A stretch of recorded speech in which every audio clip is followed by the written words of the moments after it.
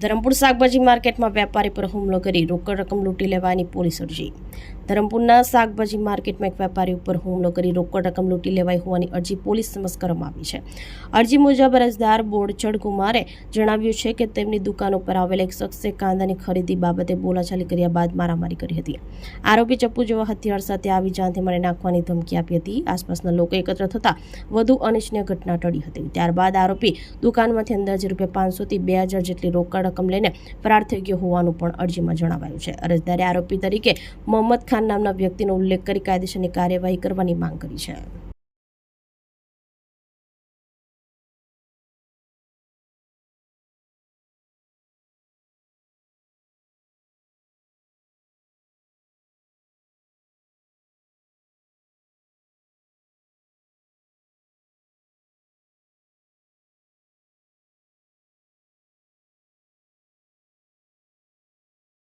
આપણી સંકલ્પ ન્યૂઝ ચેનલને સબસ્ક્રાઇબ અને લાઇક કરો, બેલ આઇકન દબાવો જેથી આવનાર ન્યૂઝ અપડેટ્સની નોટિફિકેશન આપના મોબાઈલ પર સૌથી પહેલા પહોંચે.